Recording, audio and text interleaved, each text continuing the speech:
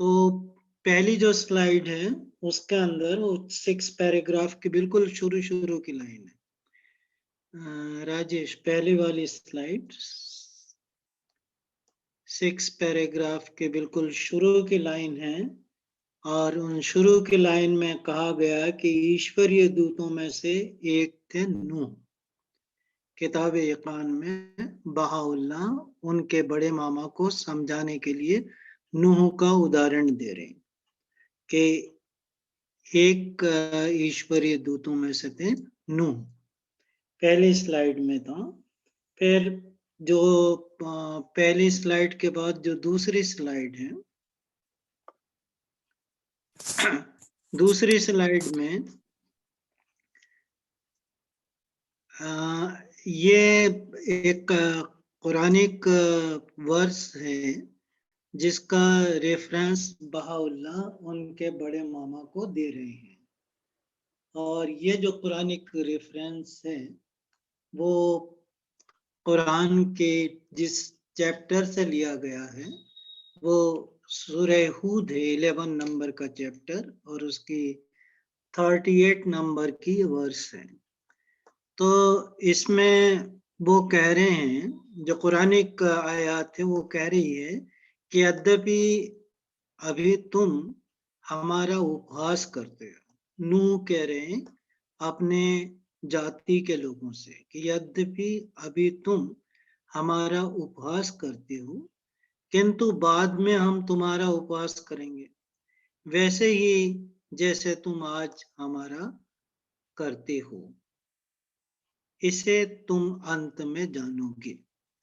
तो ये जो कुरान की वर्स है उसके पीछे का जो बैकग्राउंड है वो ये कि जो प्रॉफिट नूह थे, प्रॉफिट नूह की पोजीशन बहुत ही इम्पोर्टेंट है, और उनको माना जाता है कि जितने भी वर्तमान में मनुष्य की जातियां हैं, जितने भी हम मानव हैं, उन सब की उत्पत्ति इन्हीं के संतानों से हुई थी, नूह की।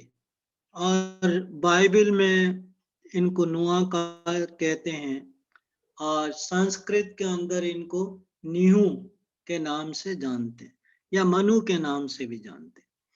तो अगर खोज करें, जैसे अभी हम कुछ उदाहरण लेंगे, तो अगर हम खोज करें और डेप्थ में जाएं तो हमें पता चलेगा कि इनकी जो पोजीशन है प्रॉफिट नूह की, वो बहुत ही इम्पोर्टेंट है।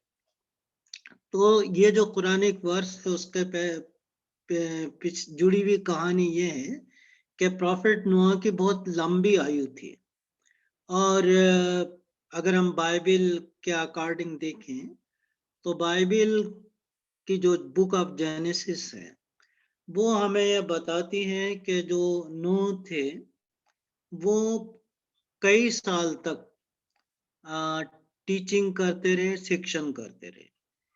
मोटे मोटे रूप से उनका यह अनुमान है कि 40 साल की एज में उनको ईश्वर ने अपना दूत बनाया था, और लगभग 560 साल 560 इयर्स तक वो अपनी जाति के लोगों को ईश्वर का संदेश देते रहे, उनको समझाते रहे कि ये जो फॉल्स गॉड को तुम मानते हो, इनकी आराधना करते हो, इसको छोड़ो और जो एक शक्तिशाली ईश्वर है उसको मानो। लेकिन इतने लंबे समय तक भी इस सेक्शन का उन पे कोई प्रभाव नहीं पड़ा।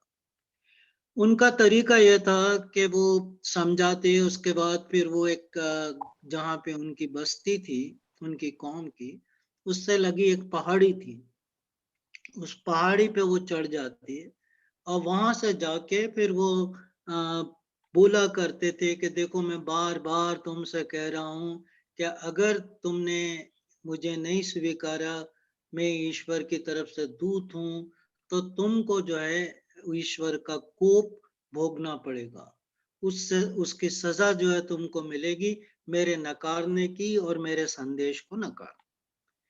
लेकिन जिद्दी लोग सुनने वाले कब होते हैं? तो उन्होंने क्या तरकीब की कि ये रोज पहाड़ी पे जाता है और एक रस्सी की हेल्प लेके नीचे उतरता है।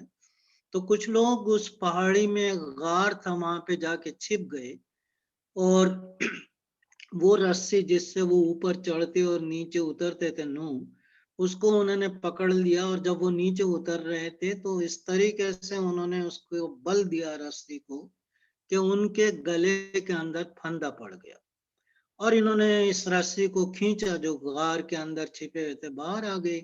रस्सी को खींचा, उनका दम घुटने लगा और उनको ये लगा कि अब ये जो है बेजान हो गया और ये मर गया। अब हमारा काम जो है खत्म हो गया। बार बार परेशान करता था, वहां जाके चिल्लाता और हमेशा यही कहता था कि ये फॉल्स गॉड है, इनको मानना छोड़ो, एक ईश्वर की बात मानो, मैं ईश्वर का संदेश पावक हूँ, मुझे स्वीकार करो, नहीं करोगे तो तुमको जो है ईश्वर का कोप भोगना पड़ेगा। तो मैंने कहा चलो इसका काम खत्म हो गया। लेकिन ईश्वर की कृपा ऐसी थी कि वो जस्ट अनकॉन्शियस हुए थे, बेहोश हुए थे, उनका दम नहीं घुट गया था, तो वो जीवित थे। जब उनको होश आया तो वो नीचे आए और उनके जो बेटे थे, 3 बेटे, यूं तो 5 थे लेकिन 3 जो है उनके अनुयायी थे। तो 3 बेटों ने जैसे तैसे अपने पिताजी को वापस अपने घर पे ले गए और ले जाने के बाद वो इतने तंग आ गए थे कि ईश्वर से वो ये प्रार्थना करते थे कि इतने साल हो गए मुझे इन्हें बताते बताते, इन पे कोई असर ही नहीं होता, मेरी बात मानते ही नहीं है। तो तू अब जो है इनको कोई ऐसी सजा दे कि उसका ये परिणाम देखें और शायद रास्ते पे आ जाए। तो ईश्वर ने कहा कि हाँ मैं इनको सजा दूंगा, लेकिन उसके लिए तुमको अभी से तैयारी करना पड़ेगी।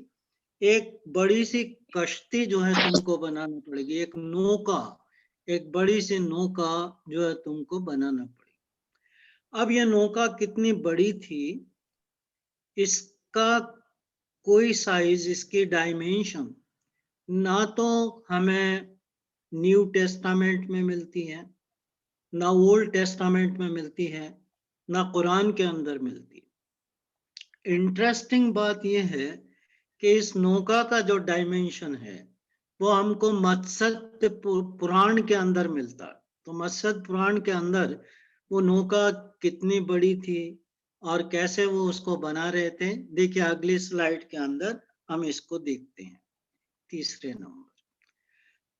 तो ये ईश्वर ने, ये मत्स्य पुराण है, उसके अकॉर्डिंग वो ये बताते हैं कि ईश्वर ने जो प्रॉफिट नोआ थे उनको सपने में आके एक संकेत दिया और उस संकेत को सत्य मानकर इस महापुरुष ने, जिनको मनु या न्यू कहते हैं संस्कृत में, इस मनु या न्यू ने 300 हाथ लंबी, 50 हाथ चौड़ी और 3000 हाथ गहरी एक बड़ी सी नौका बनाई। मनु के 3 पुत्र थे। अब ये बड़ी इंटरेस्टिंग बात है, ये मत्स्य पुराण हमसे बता रहे हैं कि मनु के 3 पुत्र थे और ये 3 पुत्रों वाली बात हमें ओल्ड टेस्टामेंट में भी देखने को मिलती है और कुरान के अंदर भी देखने को मिलती है। मत्स्य पुराण के अंदर उनके जो 3 पुत्र थे उनका नाम बताया गया है सेम, शाम और भाव।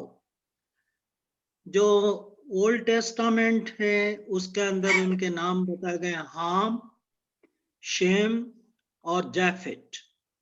कुरान के अंदर जो उनके नाम बताए गए हैं वो हाम, शाम और याफत।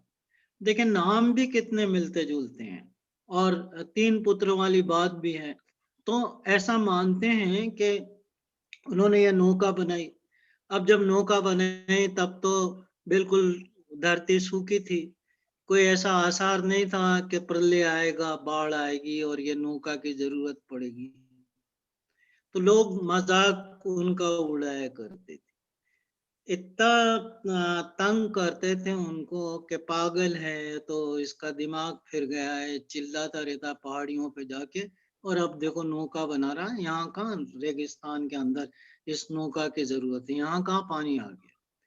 लेकिन ईश्वर ने उनको क्योंकि संकेत दिया था, मत्स्य पुराण बता रहा, लगभग ये कि यही कहानी आपको कुरान के अंदर भी है और ओल्ड टेस्टामेंट के अंदर भी है। वहाँ वो बता दे कि ईश्वर ने उनसे कहा था, यहाँ पे वो कह रहे हैं उसके उनके सपने में ये संकेत दिया था। और जब उन्होंने अपनी नौका बनाना शुरू की और लोग जो है उनका मजाक उड़ाने लगे, तो उससे जो है उनको जो है बड़ा दुख हुआ। और इस नौका के अंदर फिर ईश्वर ने उनसे कहा कि तुम जो है जितने भी पेड़ पौधे हैं, पशु पक्षी हैं, उनके जोड़ों को इनके अंदर भर लो और तुम और तुम्हारे परिवार के लोग भी उसके अंदर आ जाओ। देखिए जो हमारी अगली स्लाइड है, तीसरे नंबर की स्लाइड, फिर ये मत्स्य पुराण से ही ली गई बात है, तो उसको हम देखेंगे अपनी अगली स्लाइड के अंदर। ये अगली स्लाइड आने से पहले जरूरी है कि हम ये जाने कि वो इतने दुखी हो गए थे कि उन्होंने ईश्वर से कहा था कि हे प्रभु, नास्तिकों में से एक को भी इस धरती पर मत छोड़ना, यानी उनको ऐसी सजा देना कि एक भी जो है नास्तिक इस धरती पर न बचे। और उसके बाद फिर क्या हुआ, इसको हम अगली स्लाइड में देखेंगे। अगेन इंटरेस्टिंग बात है, मत्स्य पुराण से ली गई ये कथा है। तो ये कथा बड़ी इंटरेस्टिंग है और थोड़ी अलग हटके है जो ओल्ड टेस्टामेंट और कुरान के अंदर है। मत्स्य पुराण में जो उल्लेख है कि सत्यव्रत नाम के राजा, सत्यव्रत नाम के जो राजा थे वो संकेत थे नोआ की तरफ, नूह की तरफ या नीहू की तरफ, मनु की तरफ। तो सत्यव्रत नाम के राजा एक दिन कृतमाला नदी में जल से तर्पण कर रहे थे। भगवान विष्णु ने प्रकट होकर कहा कि आज से 7वें दिन प्रलय अधिक वर्षा से तुम एक बहुत बड़ी नौका बनाओ और जब प्रलय शुरू हो तो तुम सप्त ऋषियों सहित सभी प्राणियों को लेकर उस नौका में बैठ जाना तथा सभी अनाज उसी में रख लेना, अन्य छोटे बड़े बीज भी रख लेना। सब नाव पर बैठकर लहराते महासागर में विचरण करना। प्रचंड आंधी के कारण नौका डगमगा जाएगी, तब मैं इसी रूप में आ जाऊंगा। तब वासुविक नाग द्वारा उस नाव को मेरे सींग से बांध देना। जब तक ब्रह्मा की रात रहेगी मैं नाव समुद्र में खींचता रहूंगा। उस समय जो तुम प्रश्न करोगे मैं उत्तर दूंगा। ये मत्स्य पुराण से है।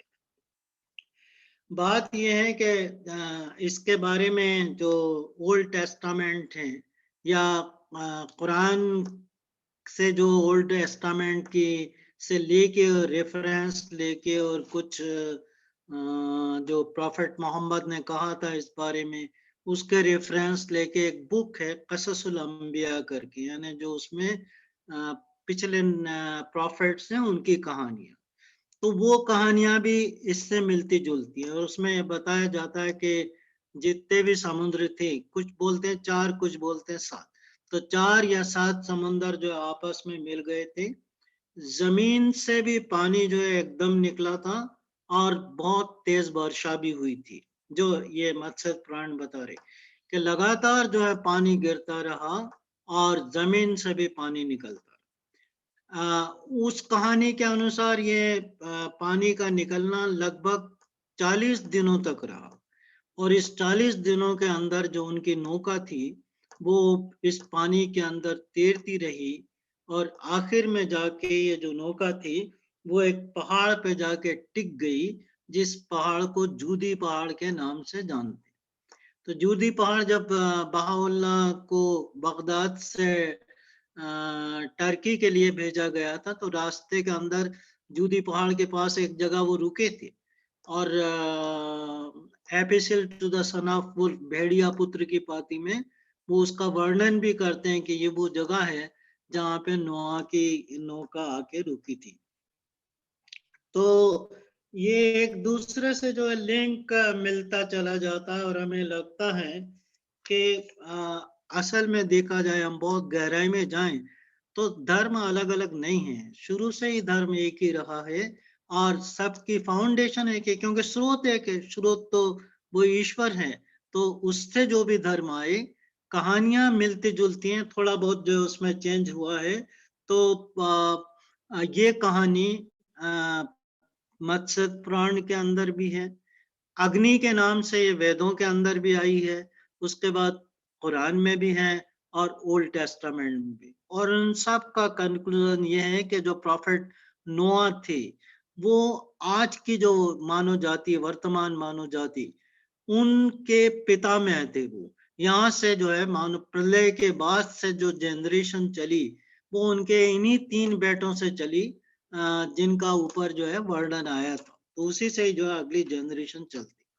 अब इस कहानी को सुनाने के बाद और ये बताने के बाद कि देखो एक प्रॉफिट आया, कितने साल तक उसने टीच किया, कोई सुनने को तैयार नहीं हुआ, उसकी मजाक उड़ाते रहे, उसको मारने की कोशिश की, और ये समझ लिया अपने आप में कि तो मर भी चुका है। तो ये सारे प्रयत्न लोग ईश्वरीय अवतारों के साथ करते रहते हैं।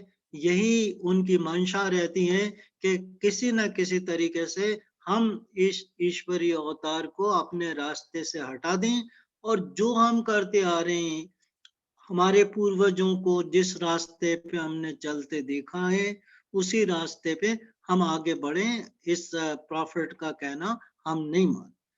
तो ये सारी बात बताने के बाद फिर जो है बहाउल्लाह कुरान की एक और आयत का रेफरेंस देते हैं, जो हम अगली स्लाइड के अंदर देखेंगे। 6 नंबर की जो हमारी स्लाइड है, उसके अंदर वो कुरान का रेफरेंस आता है। ये कुरान एक जो आयत है, इसके अंदर ये कुरान के 29 नंबर के चैप्टर की दूसरी आयत है। और इसमें वो कहते हैं, क्या वे ये सोचते हैं कि उन्हें बस इतने भर से ही छोड़ दिया जाएगा और उनकी परीक्षा नहीं ली जाएगी। यानी अगर ईश्वरीय अवतार को नहीं मानते, और कभी उन पे मान लो कोई प्रकोप भी अभी नहीं पड़ा है, ईश्वर ढील देता है, और जब पाप का घड़ा भर जाता है, तब फिर वो अपनी रस्सी खींचता। तो अगर वो ढील दे रहा है और लोग ये समझ रहे हैं कि अभी तो हम आराम से रह रहे हैं, क्या ईश्वरीय अवतार आए, हमने नहीं माना तो हमारा क्या बिगड़ गया, तो वो ढील देता रहता है। लेकिन एक समय ऐसा आता है कि उसका प्रकोप उन कौमों पे पड़ता ही पड़ता है। वो हम देख भी रहे हैं अपनी आंखों से अपने सामने, उन कौमों पे पड़ता ही पड़ता है जो ईश्वरीय अवतार को झुटला देती। तो यहाँ पे वो एक कुरान की इस आयत का रेफरेंस देके वो कह रहे, इसके पीछे कहानी ये है कि कुछ अरब के लोग जो प्रॉफिट मोहम्मद के पास आए थे, और उन्होंने कहा था कि हमने आपको ईश्वरीय अवतार मान लिया और हम जो है मुस्लिम हो गए। तो प्रॉफिट मोहम्मद को तुरंत जो है ये आयत उन पे अवतरित हुई, जिब्रील उनको लेके आए और उनसे कहा कि ये जो तुमसे कह रहे हैं कि हम मुस्लिम हो गए, तो इनसे कहो कि तुम सिर्फ मुस्लिम हुए हो, अभी जो है आस्था, सर्टिट्यूड, यकीन, ईमान तुम्हारे दिल के अंदर जो अभी नहीं उतरा है।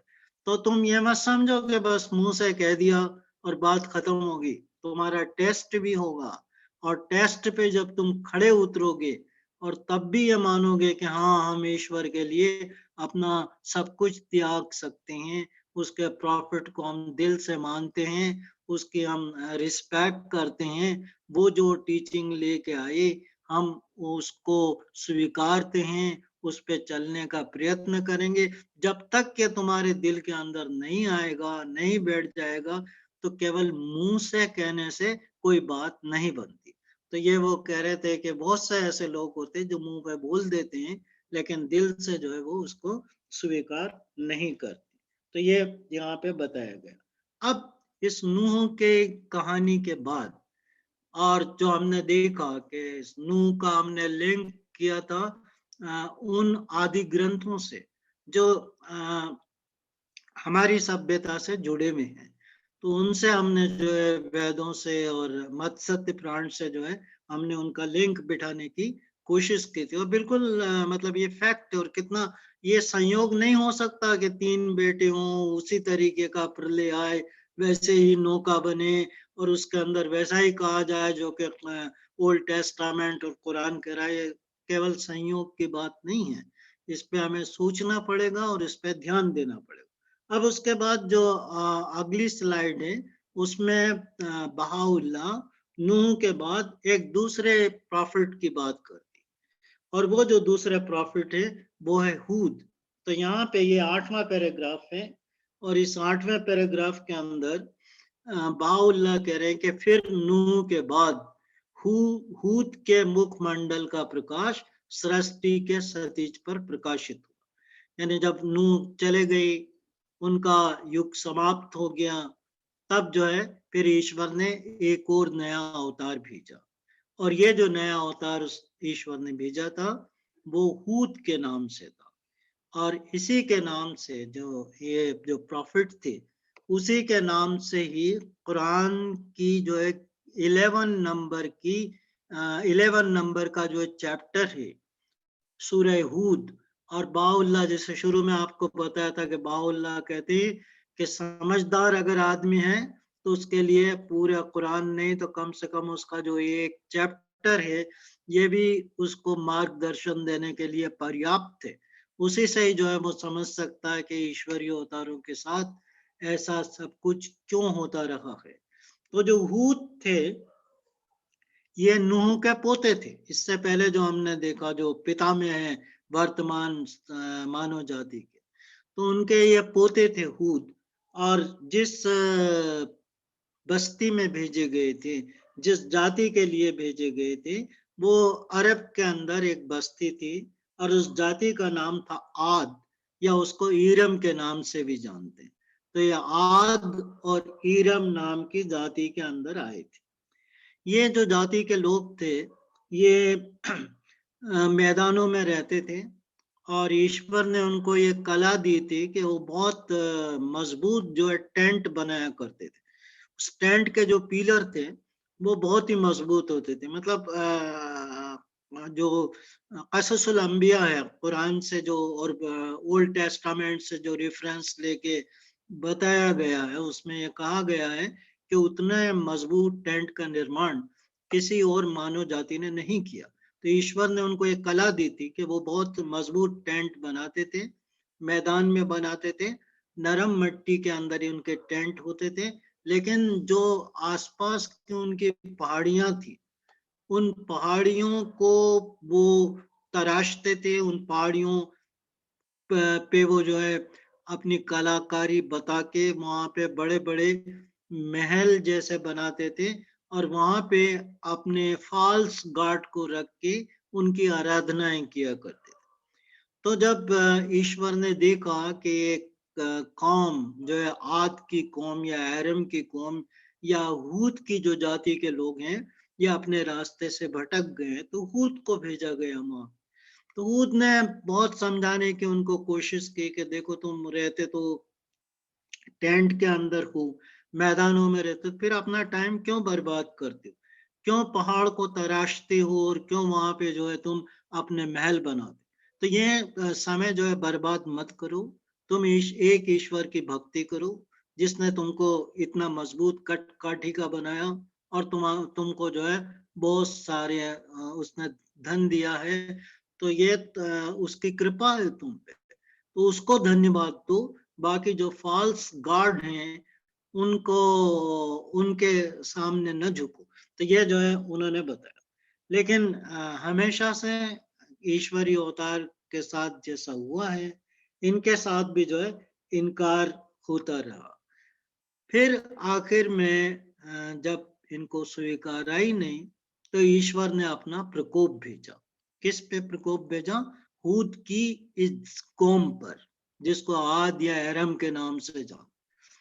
ऐसा बताते हैं कि 8 दिन और 7 रात तक लगातार जो है बारिश होती रही और जमीन जो है वो धूजी, उसमें कपकपी आई, जलजला आया, अर्थक्वेक आया और उसके कारण जो उनके बड़े बड़े महल थे वो और जो उनके टेंट थे वो सब बर्बाद हो गए और ये जो पूरी के पूरी जाति थी वो सब खत्म हो गई। केवल हूद और मोटे भर अनुयायी को छोड़कर जिनको पहले से ही बता दिया गया था कि ये बस्ती छोड़ दो, तो वो छोड़ के पास के एक दूसरी जगह पे चले गए थे। तो केवल वही बचे, बाकी सब जो है खत्म। तो बहाउल्लाह फिर यहाँ पे बताना चाहते हैं कि देखो, एक तो नूह का एग्जाम्पल दिया कि उनके झुटलाने वालों के साथ क्या हुआ, उसके बाद ये दूसरा एग्जाम्पल है हूद का कि उनके झुटलाने वालों के साथ क्या हुआ। अब उसके बाद फिर जो हमारी अगली स्लाइड है उसके अंदर हम देखेंगे कि उनका जो अविश्वास है, यहूद की कहानी मैंने आपको सुना दी। इससे आगे वाली स्लाइड 9th नंबर की, 9th नंबर। तो ये यहाँ पे देखिए कि ऐसे जो और उनका अविश्वास अविश्वासी जनों के लिए केवल उनके ही अधोपतन को बढ़ावा देगा। यानी अगर कोई ईश्वरीय अवतार को नहीं मानता तो ये जो कुरान शरीफ की आयत है ये जिस चैप्टर से ली गई है वो 35 नंबर का चैप्टर है और जो आयत का नंबर है वो 39 है, 35 39 से। और यहाँ पे बताया गया है कि देखो, जो ईश्वरीय अवतार को नकार देते हैं तो उससे ना तो ईश्वर पे कोई अंतर आता है ना उन अवतार पे अंतर आता है। अंतर जो है तुम पे ही आता है, भुगतना जो है तुमको ही पड़ता है। और फिर जब ईश्वर का प्रकोप आता है और वो जब प्रकट होता है तो फिर उससे जो है कोई नहीं बच पाता। अब इसके बाद फिर जो है बहाउल्लाह एक तीसरे अवतार की बात करते हैं। अभी तक उन्होंने किसकी की थी? नूह की बात की थी, उसके बाद फिर हूद की बात की। अब तीसरे अवतार की बात करते हैं, साले की। और ये 9th पैराग्राफ है किताब यकान का, 10वें नंबर की हमारी स्लाइड है जिसके अंदर वो क्या कह रहे हैं इसको हम देखेंगे। इसमें 9th वाले पैराग्राफ के अंदर जहां से वो शुरू होता है, और उनके बाद आदृश्य अनंता के रिजवान से साले की पवित्र विभूति प्रकट हुई, जिन्होंने पुनः लोगों को शाश्वत जीवन सरिता की ओर आने का आह्वान किया।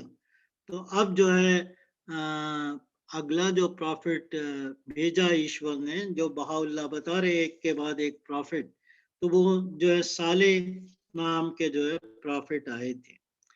जो साले नाम के प्रॉफिट थे वो इनको जो है अपनी ओर बुलाते थे। देखिए 11 नंबर की स्लाइड के अंदर हम देखेंगे बहाउल्लाह एक और कुरानिक रेफरेंस हमको दे रहे हैं। ये सूरह हूद से ही है और उसके 62 नंबर का ये वर्स है। इसमें बहाउल्लाह हमसे कह रहे हैं, किंतु उन्होंने उत्तर दिया, हे साले, यानी जो साले की कौम के लोग थे उन्होंने उत्तर दिया। साले की कौम के लोग को समूद के नाम से जानते हैं। तो जो समूद की कौम थी उन्होंने उत्तर दिया कि हे साले, अब तक हमारी आशाएं तुझ पर टिकी थी, तू हमें उसकी आराधना करने से मना करता है जिसकी आराधना हमारे पूर्वजों ने की थी। सचमुच हमें संदेह है कि तू हमें संदिग्ध दिशा की ओर बुलाता है।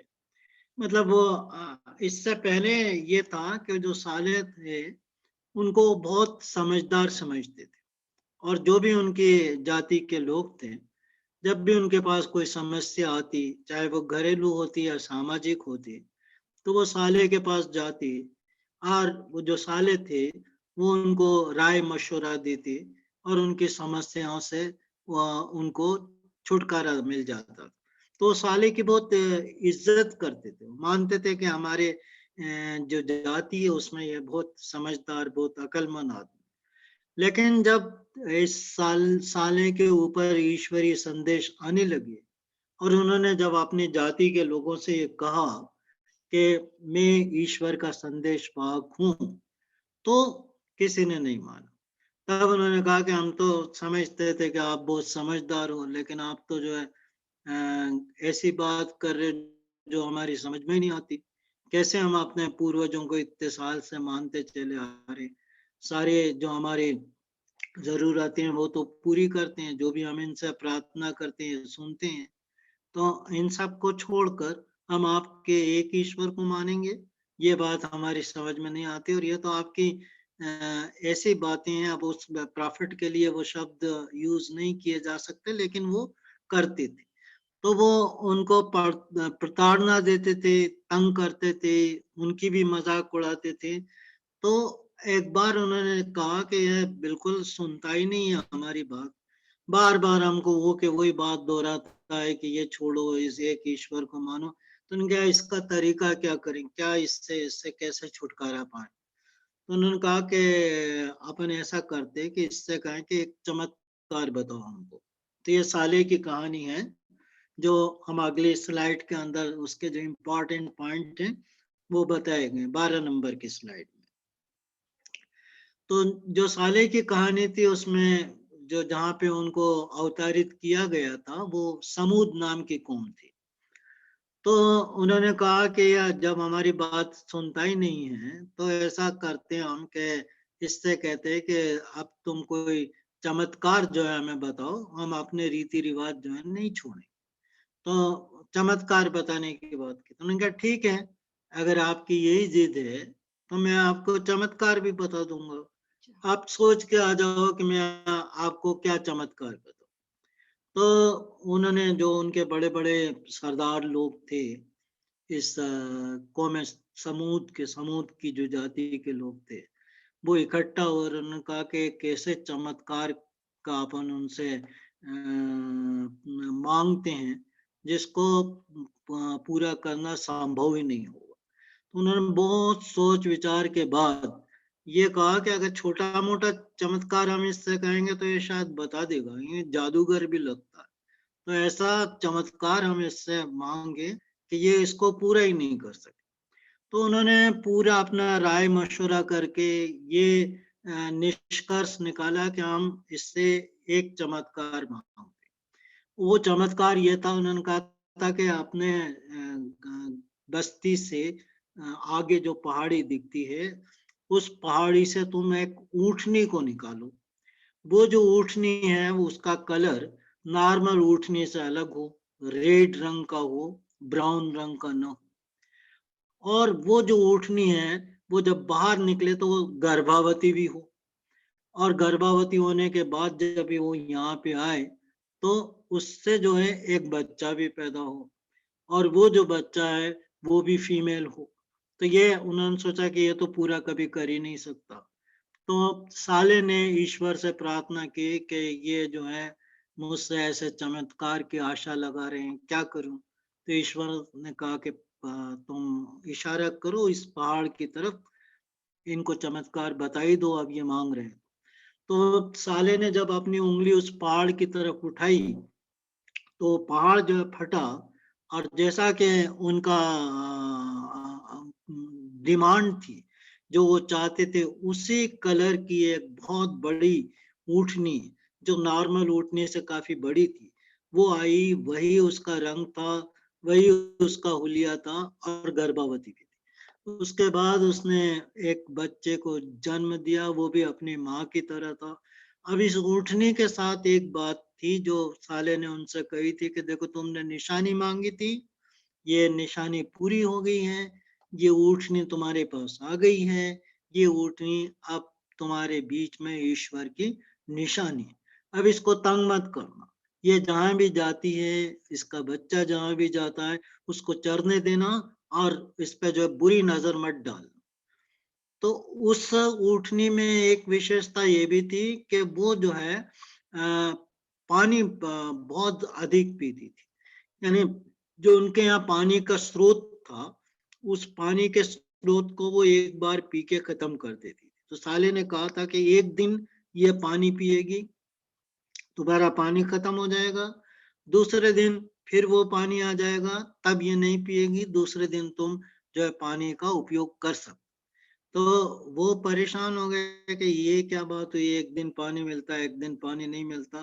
तो उन्होंने एक स्कीम बनाई कि ऐसा करते हैं, कुछ लोगों को तैयार किया, और तैयार Okay, Adam करने के need बाद only हाँ, बस half तैयार minute only. करने, अब बस जैसे यहाँ पे खत्म करता हूँ। तैयार करने के बाद उन्होंने ऊँटनी को मारने की योजना बनाई। अब ऊँटनी को उन्होंने मारा, और उसके बाद किस तरीके से मारा और आगे जाके उन पे क्या ईश्वर का प्रकोप पड़ा, इसको जो है हम अगली बार से कंटिन्यू करेंगे। Okay, thank you very much. Thank you, Allah. Thank you, Allah. Thank you so much. Allah Thank Hafiz. you. Allah. Thank you. Allah, Allah thank you, Akbar. guys.